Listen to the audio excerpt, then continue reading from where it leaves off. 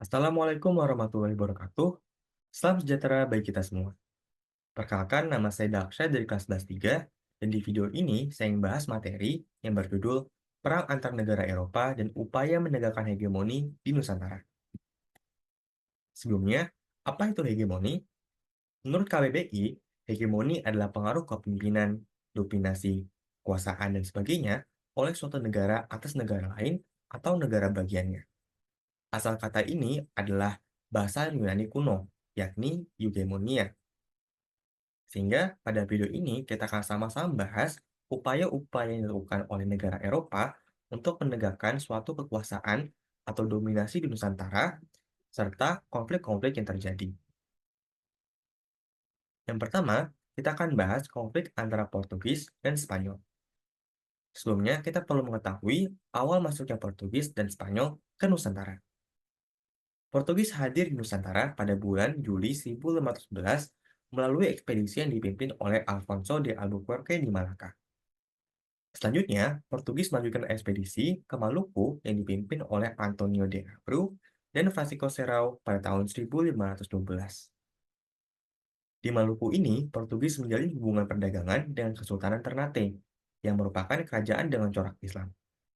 Hubungan ini ditekankan pada rempah-rempah seperti pala dan juga cengkeh yang memiliki nilai ekonomi tinggi. Portugis pun mendirikan benteng Sao Paulo sebagai bukti komitmen hubungannya dengan Ternate. Beberapa tahun kemudian, Spanyol tiba di Nusantara, tepatnya di Maluku, pada tahun 1521 pada ekspedisi yang dipimpin oleh Sebastian del Cano dari arah Filipina. Hadirnya Spanyol disambut baik oleh Kerajaan Tidore, karena Tidore ingin menimbangi Kesultanan Ternate yang sudah bersekutu dengan Portugis. Namun, hadirnya Spanyol ini tidak disambut baik oleh Portugis, sebab Portugis menuding Spanyol atas pelanggaran perjanjian Tordesillas. Nah, perjanjian Tordesillas itu apa sih? Perjanjian Tordesillas, atau disebut juga Tratado de Tordesillas, merupakan suatu perjanjian yang disepakati di Tordesillas Spanyol pada tanggal 7 Juni 1494. Perjanjian ini dilatar oleh Christopher Columbus yang mengklaim dunia baru yang dijelajahinya atas nama Spanyol. Padahal, bangsa Portugis juga memiliki kepentingan untuk menjelajahi dunia. Sehingga, guna menghindari konflik, perjanjian ini terdapat pembagian dunia lewat garis demarkasi, dengan Spanyol yang berkuasa atas tanah di sisi barat garis, sedangkan Portugis di sisi timurnya. Sekarang kita dapat memahami mengapa Portugis tidak menyambut baik kedatangan Spanyol. Karena Spanyol hadir di Maluku yang seharusnya menjadi wilayah milik Portugis berdasarkan perjanjian Tordesillas. Secara tidak langsung, peristiwa ini telah membuktikan bahwa bumi itu bulat ya teman-teman. Sehingga, menanggapi pelanggaran yang dilakukan Spanyol, kedua negara yang bersangkutan tersebut berunding kembali di Saragossa pada tanggal 22 April 1529, yang menghasilkan perjanjian Saragossa atau El Tratado de Saragossa. Hasil dari perjanjian ini adalah batasan wilayah Spanyol dan Portugis yang lebih tepat. Mengikuti hasil ini, Spanyol disepakati untuk meninggalkan Maluku dan akhirnya pergi ke Filipina pada tahun 1529, sedangkan Portugis tetap berkuasa di Maluku. Sehingga dapat disimpulkan bahwa perjanjian Saragossa ini menegaskan perjanjian Tordesillas yang telah disepakati sebelumnya. Pada akhirnya, bangsa Portugis menyerah pada tanggal 28 Desember 1527 dan akhirnya pergi dari Maluku pada tahun 1605. Hal ini karena adanya peran dari Sultan Babula yang mempersatukan Maluku untuk kemudian mengusir Portugis. Hingga setelahnya, bangsa Portugis melanjutkan ekspedisinya menuju Ambon. Selanjutnya, kita akan sama-sama membahas perang antara Portugis dan juga Belanda. Perebutan hegemoni Nusantara juga terjadi antara pedagang Belanda dan juga Portugis. Pedagang Belanda yang berusaha di India Timur adalah VOC, yakni Verenigde de Oost-Indisch Compagnie, yang jika diterjemahkan menjadi Kongsi Dagang India Timur, yang telah diresmikan di Amsterdam.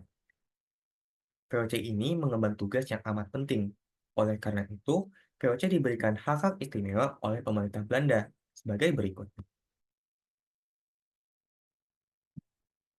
Yang pertama ialah hak monopoli perdagangan, hak untuk memiliki tentara, hak untuk melakukan ekspansi ke Asia, Afrika, dan Australia, hak untuk melakukan perperangan, membuat perdamaian dan mengadakan perjanjian, hak untuk mencetak uang, hak mengangkat pegawai sendiri, dan hak memerintah di negeri jajahan. Nah, hak istimewa tersebut dimaknai VOC sebagai hak yang ekspansif, sehingga jika ada negara lain yang masuk ke wilayah VOC, VOC akan sangat menentang hal tersebut.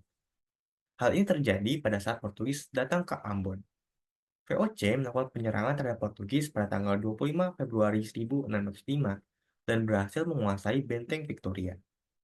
Dikuasainya Ambon oleh VOC menyebabkan Portugis harus meninggalkan Ambon dan akhirnya pergi ke Timor Leste. Yang ketiga, kita akan bahas perang antara Belanda dan Inggris. Perlu diketahui, pada abad ke-19, VOC mulai mengalami kemunduran, salah satunya karena faktor eksternal yakni terjadinya revolusi Prancis.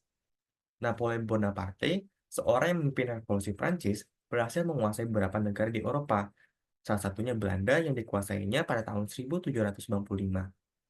Napoleon pun menunjuk adiknya yakni Louis Napoleon sebagai pemimpin Belanda pada tahun 1805. Hal ini berpengaruh terhadap daerah koloni Belanda, salah satunya Nusantara. Kekalahan Belanda atas Prancis membuat Raja Willem V melarikan diri ke Inggris pada 1725 menuju kota Kew di Inggris. Dari sana, Raja Willem V mengeluarkan rangkaian surat yang berisi perintah terhadap pejabat-pejabat Belanda yang ada di Nusantara untuk menyerahkan wilayah kekuasaan mereka kepada Inggris agar tidak jatuh ke tangan Prancis. Nah, rangkaian surat-surat ini dinamakan Surat-surat Kew. Namun, Republik Batavia atau Republik Batav yang pertama kali dipimpin oleh William Daendels lalu digantikan oleh Johnson sangat menentang hal tersebut dan berupaya untuk terus mempertahankan wilayahnya dari Inggris. Menanggapi hal tersebut, Inggris mengeluarkan 60 kapal perang ke Batavia pada tanggal 4 Agustus 1811. Selanjutnya, pada tanggal 26 Agustus 1811, Inggris mulai menguasai kota Batavia dan sekitarnya, yang menyebabkan Johnson terdesak dan mundur ke Semarang untuk melanjutkan perlawanan. Hingga pada akhirnya, pada tanggal 18 September 1811, Johnson menyerah kepada Inggris di Tuntang, Salatiga.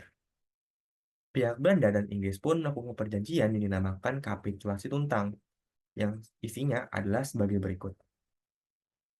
Yang pertama, pemerintah Belanda menyerahkan Indonesia kepada Inggris di Kalkuta, India. Sehingga semenjak kapitulasi Tuntang ini, Pulau Jawa menjadi milik Inggris sepenuhnya. Yang kedua, semua tentara Belanda menjadi tawanan perang Inggris. Yang ketiga, orang Belanda dapat dipekerjakan dalam pemerintahan Inggris. Dan yang keempat, hutang Belanda tidak menjadi tanggungan bagi Inggris.